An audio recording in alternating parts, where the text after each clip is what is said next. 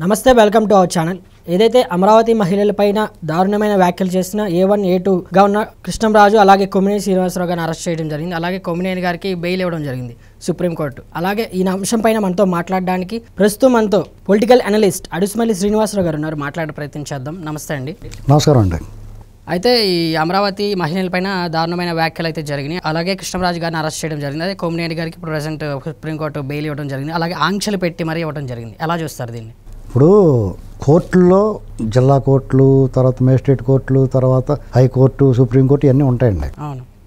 మనకు ఒక చోట ఒక తీర్పు వచ్చిందనుకోండి, మనకు న్యాయం జరగలేదు అనుకున్నప్పుడు ఆ పైకోర్టుకి వెళ్తాం. అక్కడ కూడా న్యాయం జరగలేదు, సుప్రీంకోర్టుకి వెళ్తాం. సుప్రీంకోర్టులో ఫైనల్గా తీర్పుగా భావిస్తారు దాన్ని కూడా సవాల్ చేసి మళ్ళీ తిరిగి చేయొచ్చు. అయితే ఇక్కడ ఏం జరిగిందంటే, ఇప్పుడు మీకు రీసెంట్గా ఇటీవల గాల్ జనార్దన్ రెడ్డికి సిబిఐ కోర్టు అతను శిక్ష వేసింది. తెలంగాణ హైకోర్టు దాన్ని రద్దు చేసింది. ఇప్పుడు ఇద్దరులో ఏ కోర్టు ఇది కరెక్ట్ అంటారు?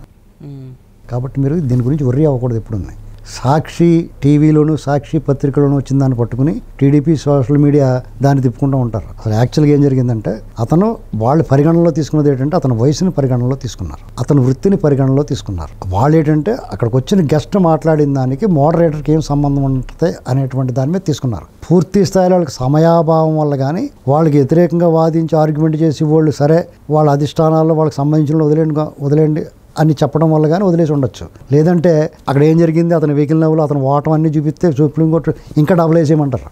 ఓకే, వీళ్ళు కావాలి వదిలేశారు అంతే. దీంట్లో అది చెప్పుకోవాలా, అది జరిగింది. అతను చాలు, ఎందుకంటే చంద్రబాబు నాయుడు గారికి అత్యంత సన్నిహితంగా పనిచేస్తాడు. అతను అయ్యా బాబు గారు అని పెట్టేసి ఉంటాడు, వదిలేశారు. అంతకన్నా శిక్ష 3 రోజులు చాలు అతనికి. ఓకే. కృష్ణరాజు మాట్లాడినోడికి ఉద్దేశపూర్వకంగా నేను మాట్లాడని చెప్తున్నా నోటితో ఒప్పుకున్నాడు చూస్తారా. పైగా అతను కోర్టులో అతను ఓవర్ యాక్షన్ ఏంటో తెలుసా?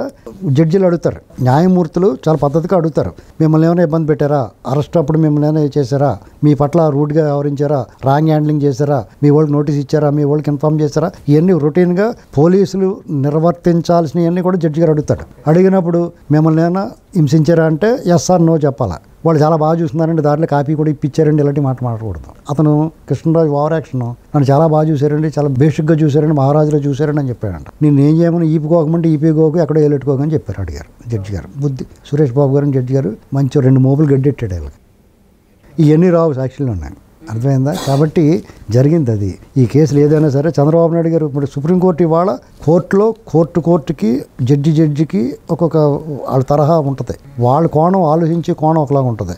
ఇవాళ 70 years ఓల్డ్ అని చూసిన వాళ్ళు 73 years ఓల్డ్ అని ఎందుకు చూడలేదనే ప్రశ్న సామాన్యులుగా మనకు వస్తుంది.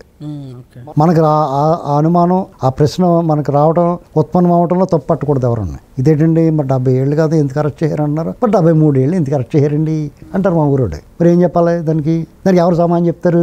అందుకనే ఈ వ్యవస్థల మీద చర్చ జరగాలంటాను నేను. దేశవ్యాప్తంగా 50 కోట్లు దొరికేస్తాం, అప్పుడెప్పుడు ఒక ఆయన ఊరేసేసుకుంటాం, ఇలాంటివి కూడా చర్చలో రావాలి. ఆ సిస్టాన్ని లేబుల్ చేయాలి అంతానే. ఓకే. ఇక వీళ్ళు ఉంటారు కొమ్మినేని శ్రీనివాసరావు గారు, ఇక నుంచైనా బుద్ధిగా ఉండాలి. అటువంటిది ఎవరినన్నా సరే, ఎవరిని మాట్లాడినా, అలా ఏ ఛానల్లో అయినా సరే ఎవరినన్నా సరే అనవసరంగా దూషించినా చేసినా ఆఫ్ చేయాలి. మోడరేటర్ బాధ్యత అది. లేకపోతే దాన్ని కట్ చేయాలి, అతను పిలవటం మానేయాలి. అసభ్యంగా మాట్లాడుతున్నాడు, గట్టు దాటి మాట్లాడుతున్నారు, అన్పార్లమెంటరీ యూజ్ చేసినా సరే వాళ్ళు కట్ చేయాలి. కట్ చేసి తీరాలి అంతే. ఎందుకంటే మీరు అక్కడ మోడరేటర్గా ఉన్నారు అంటే సమవర్తిగా ఉండాలి, మధ్యవర్తిగా ఉండాలి. ఇదే కొమ్మినేని శ్రీనివాసరావు గారు మోడరేటర్గా ఉండగా బాల్క సుమన్ అని అతను ఇంకొక అతను కొట్టేశాడు తెలంగాణ ఉద్యమం అప్పుడు. లేచి పట్టు కొట్టేశాడు, కొట్టు అంటున్నాడు. కానీ అతను మరి ఏం చేశాడు? తప్పు కదా అది. ఇలాంటివి అప్పుడే పెట్టాలి కేసు అతని మీద. అప్పుడు కాంగ్రెస్ వాళ్ళు ఏంటంటే వీళ్ళు కుమ్మక్కైపోయి కూడా వదిలేశారు. మామూలుగా అప్పుడే కేసు పెట్టాలి. కొమ్మినేని శ్రీనివాసరావుని మనం హింసించమని కోరుకోకూడదు. మీడియాగా వాళ్ళు తన జీవన భృతి, హోదా ఇవన్నీ కాపాడుకోవడం కోసం డెఫినెట్గా అతను కొన్ని ప్రయత్నాలు చేస్తాడు. అయితే బ్యాడ్ లక్ ఏంటంటే అతను అధర్మం వైపు ఉన్నాడు, అరాచకం వైపు ఉన్నాడు. గత 5 సంవత్సరాల్లో అతను మాట్లాడిన మాటలో చంద్రబాబు నాయుడు గారు జైల్లో వెళ్ళినప్పుడు వయసు గురించి అప్పుడు ఏం చెప్పాడు? అనేక మందికి దేవిలాల గురించి వాళ్ళ గురించి ఉదహరించి వాళ్ళందరూ వయోవృద్ధులే, వాళ్ళు జైల్లోకి వెళ్ళారు, బాగా ఈయనంటే తప్పే ఉంది, ఇలాంటి మాటలు మాట్లాడాడు. మరి ఇవాళ భగవంతుడు అందుకనే చెప్తారు, కర్మ అనేటువంటిది నీ వెనకాలే తిరుగుతూ ఉంటుంది. నువ్వు చేసిన కర్మ, నువ్వు మాట్లాడిన మాటలో రయ్యమని ఎదురుకొచ్చి నిలబడతాయి. నీ ఎదురుగుండా వచ్చి నిలబడి నేను ప్రశ్నిస్తాయి. అదే మాట ఇవాళ 70 ఏళ్ళు నాకు వృద్ధుండని చెప్పుకున్నాడు అతని నోటితోటి. నువ్వు ఇప్పుడైనా నమ్ముతావు కర్మనే? ఖచ్చితంగా నమ్మి తీరాలి కర్మ అనేటువంటిది. నువ్వేం చేసావో నీకు నీకు అది ఎదురు వస్తుంది, అంతే సింపుల్. ఇది మన అనాదిగా ఉన్న పురాతనమైన హైందవ ధర్మంలో మనం ఆచరించేది అదే కర్మ సిద్ధాంతము. నువ్వేమిస్తావో అది నీకు వస్తుంది, అంతే. నువ్వేం చేస్తావు నీ పని నువ్వు చేయి, కర్మ ఫలితం అనేటువంటిది పైవాడు నిర్ణయిస్తాడు. అంతకు మించి నీకేం వేరే సిద్ధాంతమే లేదు ఇక్కడ, అంతే. నువ్వు అర్థంలో నువ్వు ఎలా ఉంటే అలా కనపడతావు, కర్మ సిద్ధాంతంలో నువ్వేం చేస్తావు అది నీకు వస్తుంది, అంతే సింపుల్. అదే అతనికి ఎదురొచ్చింది. ఇంకా అంతకన్నా అతను శిక్ష అనవసరం. ఎవరికి? కొమ్మినేని శ్రీనివాసరావు గారు 70 ఏళ్ళు వయసు అయితే ఏంటండి, వాళ్ళకి లేదా వీళ్ళకి లేదా, వాళ్ళందరిని అరెస్ట్ చేయలేదా? మాజీ ముఖ్యమంత్రి అయితే ఏంటి, అతను అరెస్ట్ చేయలేదా? మధుకోటను అరెస్ట్ చేయలేదా? ఇలాంటివన్నీ మాట్లాడాడు. శిబు సూర్యని అరెస్ట్ చేయలేదా? ఇలాంటివన్నీ మాట్లాడాడు. ఇవాళ అతనే నాకు 70 ఏళ్ళని బాబు అని చెప్తున్నాడు. రేపు జగన్ చెప్పుకుంటాడు మాజీ ముఖ్యమంత్రిని అరెస్ట్ చేస్తారా అంటాడు జగన్. మరి చంద్రబాబు గారు అరెస్ట్ చేయలేదు, మరి అడుగుతారు అందరూ. కాబట్టి ఎప్పుడైనా సరే నువ్వు ధర్మం మాట్లాడినప్పుడు నువ్వేమైనా మాట్లాడు, ధర్మం వైపు నిలబడి. అధర్మం వైపున ఉన్నవాడు మాట్లాడితే వాడికి ఎప్పటికైనా ఎదురొస్తుంది. నువ్వు ధర్మాన్ని కాపాడు, ఖచ్చితంగా ధర్మం నేను కాపాడద్ది. ఒక్క అడుగు ఒక్క క్షణం లేట్ అవ్వచ్చేమో కానీ ధర్మం ఖచ్చితంగా నేను కాపాడద్ది. ఈ సిద్ధాంతం నువ్వు నమ్మినంతకాలం నువ్వు కుర్రోడు కూడా చెప్తున్నాను, నీ జీవితంలో నువ్వు కూడా పైకి వస్తావు. దీన్ని నమ్ముకోవాలి. ఏది కూడా నీకు దక్కేది దక్కక మానదు, దక్కనది ఎప్పటికీ దక్కదు అనేటువంటి దాన్ని నువ్వు ఫాలో అయితే నీకు నిరాశ నిస్పృహలే ఉండవు. ఇది ఏదో సినిమాలో డైలాగే కానీ అది నిజంగా వాస్తవం. అది నీకు కొన్నిసార్లు నువ్వే ఆశిస్తావు. నీకు చిన్న ఎగ్జాంపుల్ చెప్పనా, నేను వీసా కోసం పెట్టుకున్నాను, అప్లై చేసుకున్నాను. తమ ఇంప్రెషన్ వాటికి వెళ్ళాం, వచ్చేసి మొన్న ఇంటర్వ్యూకి వెళ్ళాను. ఇలాగ వెళ్ళి నీకు ఇవ్వట్లేదు పోమన్నారు నన్ను. అంతే, నన్ను ఏం ప్రశ్నలు కట్టేయలేదు.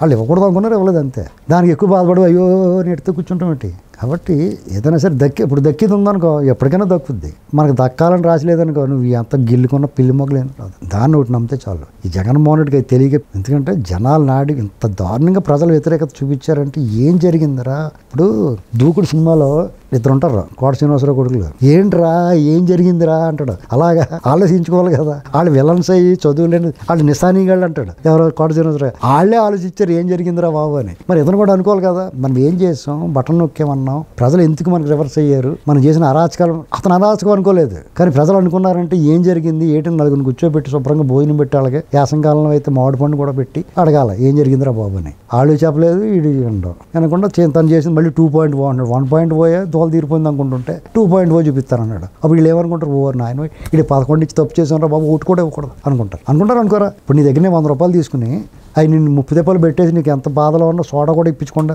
ఇబ్బంది పెట్టేస్తే మళ్ళీ 200 అడిగితే ఇస్తావు నువ్వు. మళ్ళీ అడిగితే పారిపోతావు దూరంగా కూడా కనపడకుండా. అంతే ఇది 1.0 ఇలా మడతెట్టేసాడు. మళ్ళీ 2.0 చూపిస్తాను, చాలా చూపించావు సినిమా. పార్ట్ 1 తలపోటు వచ్చేస్తే పార్ట్ 2 తీస్తే చూస్తారు ఎవడన్నా, ఆడు దోలకి తీస్తే కూడా చూడరు ఎవడన్నా. అంతే, వెరీ సింపుల్ ఇది. ఓకే అండి, థ్యాంక్ యూ వెరీ మచ్.